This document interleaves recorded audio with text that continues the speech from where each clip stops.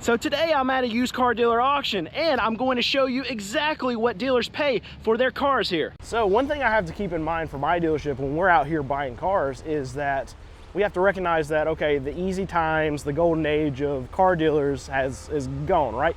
And I'm talking about previous years. I mean, we know how hot everything was during COVID and everything, but I'm just talking about short term, like tax time. We just had tax time, the refunds that went through the system, and they come through, and the people who are going to spend money and spend it really quickly, it only lasts about a month, maybe a month and a half, and those good times are now gone.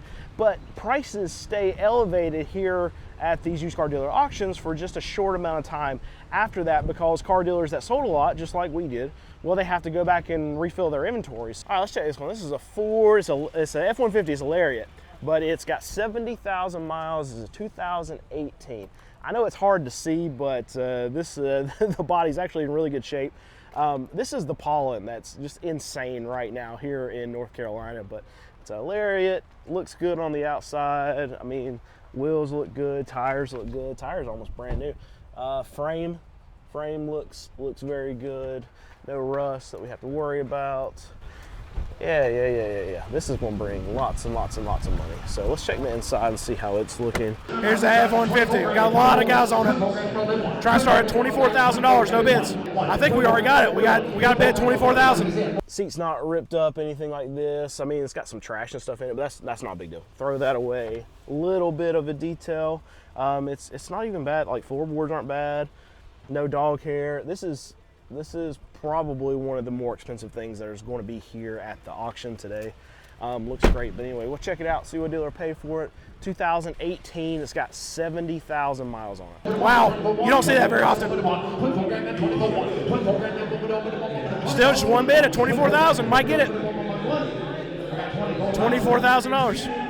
Put on phone call, put on if bid, put on if bid. All right, so one thing that worries me right now is that we've already seen a lot of numbers come out from a lot of these dealerships out of the beginning part of this year. And we're seeing that their beginning has been very, very, very slow. When I talk about dealers, I'm not talking about used car dealers, I'm talking about new car dealers. And why this worries me so much is I don't care if the new car dealers do well. I mean, I guess I kind of do because it affects me, but I don't care at the end of the day, their bottom line, if they're making money or not. They made tons of money throughout the years. They've gouged customers for years. I don't care if they actually succeed or not. What I do care about, though, is that they actually make transactions happen, is that they actually get volume that go through their system, because the only way that I get cars here at these used car dealer auctions that I can pick through and buy to sell at my car dealership for $5,000 under and make money is if they take in trade-ins and then send them to these auctions so I can then go through them and buy them. So it's kind of like I don't care about these dealers, but I care that they're actually selling cars. If they make money on those cars or not, I don't care. I just need them to actually get in trade-ins so they can send them to auction so I can then buy and sell cars for my business, for my family, for me to make money. But the problem is if these dealers are not doing very well, if they're not selling a lot of vehicles, then it's going to end up hurting me in a big way and hurting these auctions in a big way. All right, we definitely have to check this out. This is a 2018 Lexus, got 97,000 miles. I love these things. Outside body on this looks great. This is surprising it being here because these sell so well. Oh, this is so nice, so nice, so nice. GX 460. What I really like about these is the door that's on the back. It's like I don't know if you call it a barn door, but it opens from the side. Just I'm surprised there's not more SUVs that have this style door. I know this is like a power window. Actually, I don't know if it's power window or not. Let's see. No, in the 4Runner. No, this one's not. All right, here's that GX. Try to start at $25,500. We got 20,000 already.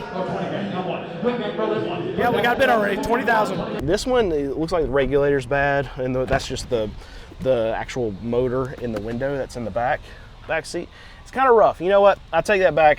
That's why it wound up here instead of being sold on dealerships. Probably too rough for them to have to deal with because I have to fix regulator, I have to do a full detail.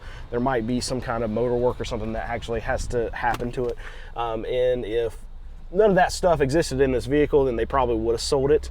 I love the look of these things. They look great. But anyway, we'll check it. It's a 2018. It's got 97,000 miles. Most days for me are pretty fast. Talking to customers, working deals, filming, and I end up getting a lot of information throughout the day. Problem is, I don't remember it all later. And in this business, missing one detail can literally cost me a deal. Like when I'm talking to a customer on the deal or walking through cars at the auction, by the end of the day, that's a lot to keep track of. And this is why my Plod Note Pro makes sense. To me, it's basically an AI note-taking assistant that helps me keep focused in the moment and then handles everything after. I can just hit record, keep it on me, and it's about the size of a credit card. So one thing I really like about this Plod Note is it's magnetic. So my back of my phone's magnetic also.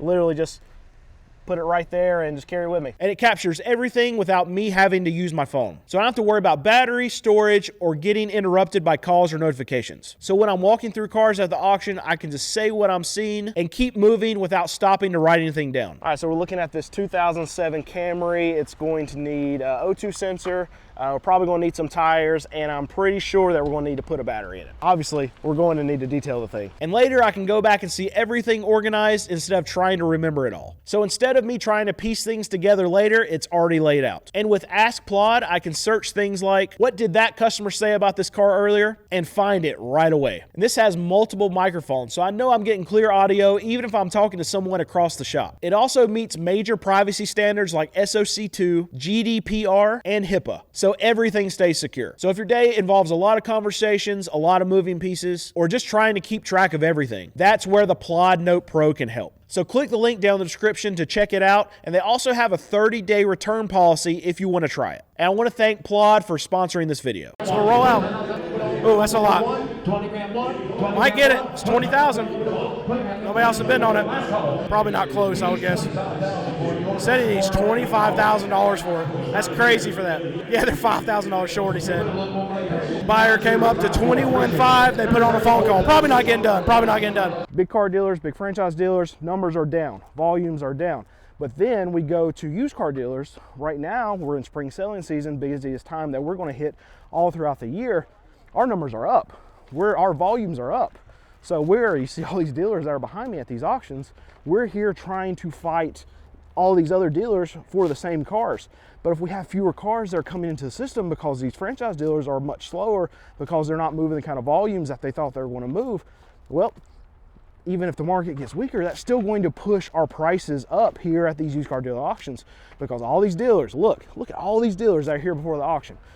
They're all trying to buy the same cars that I'm trying to buy. And if there are more of those because they're selling through some inventory, it's going to push the prices up. And that means that I have to buy for higher. I have to put more risk into the cars that I buy, and then I have to sell them higher. So it's a lot harder for me to sell a $4,500 car versus selling a $3,500 car. I can sell that $3,500 car 3 times before I'll sell that $4,500 car. So if my prices go up, it makes my sales volumes go down, it makes my turn time go up, and it ends up making it to where I can't make as much money if we don't have more volume actually coming through the system. Both on the new car side gets the trade-ins to the wholesale inventory. That's the inventory that I need to go up. That's the quality and the quantity that I need to go up. All right, I actually like these Mazdas here. This one's a 2023, which is weird. Usually with just something that's 2 years old, it's got a lot of miles for what it is. It's got 42,000 miles, but usually the franchise dealers will keep these to sell them on their dealerships just because they make so much margin off something that somebody trades into them because they're in these things for almost nothing. They don't give anything for trade-in value. So if they go and retail it, re-retail it, then they can make a lot. But this is a CX-5. Outside body looks great. It's only 2 years old. Yeah, I don't see anything wrong with it. I'm gonna reach in inside and try not to touch the outside pollen. All right, here's the Mazda. It's got 42,000 miles. We're trying to start at 22,500. Got $18,000, so I'm gonna roll it out. They got bids. 18.1, 18.2, 18.3, 18.4, 18.5. All right, inside on this thing, yeah, I mean, it looks good. It's a 2-year-old car. It should look, actually, at this point, it's a 3-year-old car because we're in 2026. Hard to believe that, but yeah, this looks great. Should bring a lot of money, I would think. It's very, very odd to me that it would even be here. But anyway, we'll check it, see what a dealer paid for it. 2023, 42,000 miles. 19,000, they jumped it up. Got 19,000, 19,000, rolling out, rolling out. Still going 19,000. 19,000. Says it takes 20,500 to sell it. I think it's a no sell. I think it's a no sell. A lot of tenants that are out here right now before the auction runs, if they find a car that won't crank, won't run through the auction, needs some attention, they'll raise the hood to let the other lot of tenants know that are dealing with those issues to come and actually figure out what the problem is so we can get it to run through the lane. I do want to check this. CRVs sell very, very, very well, and that means usually they're a premium at the auction. This is one of those cases. It's 2014, but it's got 193,000 miles, high mileage, and I still want to check it just to see, with it being a CRV, still going to bring a lot of money, like stuff like this, like a RAV4, Highlanders, Honda Pilots, still bring crazy, crazy money, even with higher mileage. Outside body, I know it's hard to tell because of all pollen, but outside body looks good. All right, here's the CRV. Trying to start $6,000. No bids, no bids. Drop down to $5,500. Got $2,000. It's going to roll out. 21, 22, 23, 24, 25, 26, 27, 28. Got some wear down here. I mean, it's got almost 200,000 miles. You're going to expect some kind of wearage. Seats kind of worn down. Smells like smoke. That's not the best. You got, look at this. How does this happen? I see this so often, and it's all the way across the back of the roof. It's like, do you spill something straight up? I know people say like a soda can explode. Kids with like chocolate milk throwing it straight up, but I don't feel like it happens. I see it so often. I have a kid, and there's never been a situation where he spilled something straight up. So I don't even understand how that would. Just keep that in mind. The roof looks like that. It looks like somebody threw up onto the roof. But it's a 2014, 193,000 miles CRV. Let's see what it does. Got 29. We're at $3,000 now. It's rolling out. Still got bids coming in. 32, 33. Asking for 33. It's got 32. Got 33 now. Got 34. Late bid coming in. 35. 36. Got 36. Put on a phone call. Didn't sell to the lane. I'm surprised. All right, phone call. There's a few things that we have to keep in mind when we're buying cars right now. One, the obvious, we don't want to work on anything because time is money, especially right now. And two, we just have to look out for cars that maybe are going to fall through the cracks a little bit. And it just means that, okay, at an auction that we're going to usually buy 5 cars at, maybe we're only going to get 2. And that's just the way that the game's played right now, at least with my dealership, because I'm not going to be foolish and way overpay for any of the vehicles that we're buying right now. All right, let's check this Mercedes out. So 2016's got 141,000 miles. I'm not well versed on the more expensive Mercedes, especially the SUVs, because this is not ever going to fall into my wheelhouse. I'm never going to buy one of these. I can't sell it for $5,000 or under, but this is a GLE 350 4MATIC. Outside body looks pretty good. Usually the Mercedes that I see that are not crazy old that pop up at these auctions, they're well kept, because usually the people that buy a Mercedes brand new, even the second owners that have it after it's like 5 or 6 years old, they take care of them. They have the ability to park them in garages usually, and they keep them well maintained. Now this is 140,000 miles, so a lot of miles for this 2016. All right, here's that Mercedes.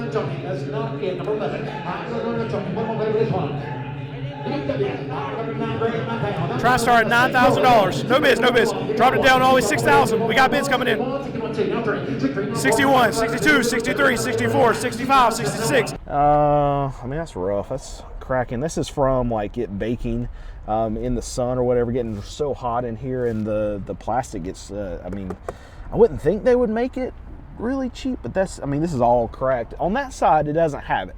So it might be that this had actually sat outside and the sun just came in on this angle for the whole time, and that would be why this side's bad and that side over there is not. But other than that, inside is dirty, but there's nothing else that's ripped up. Usually the seat's worn really bad right here. It's worn a little bit, but not too bad. But just keep all that in mind when we're actually watching this go through. 141,000 miles. It's a 2016. Let's see what dealer paid for it. 67, 68, 69, 7, 71, 72, 73, 74, 75. All right, it's rolling out. We still got bids coming in. All right, 79, 8,000, 8,000. Asking for 81, 81, 82, 83, 84, 85. It's gone, it's gone. We're still bidding on it. All right, we got 86, 87, 88, 89, 91. No, 9,000, 91. Now we got 91. 92, 92. Got $9,200. Sold, sold, sold, sold, sold. All right, so let's check out this Sierra right here. It's 2017. It's got 114,000 miles. This is the highest level trim. We're looking at the Denali package. Rims look good. Tires look great. Let's look at the frame. Frame looks brand new. Yeah. This is a clean truck. This is another one. I'm very surprised about why the actual franchise dealer did not keep this for their own lot. Let's check the inside on it. All right, here's the white GMC. Trying to start at $25,500. Dropped it down to 20 grand already. We got bids. 21, 22, 23. Running board should come down. Yep. Seats look good. Back seats.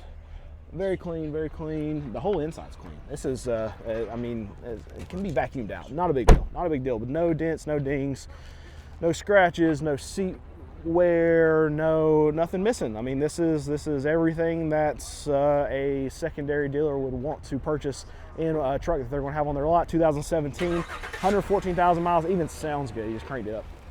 Sounds great. Yep, it's going to bring a lot of money. We got numbers coming in. 2008. Everybody's raised their hand. 21, 22, 20, 22. It dropped off by 1,000. We got 22, 2, 22, 3, 22, 5, 22, 6, up to 24,000, 24, 2, 24, 4. There you go.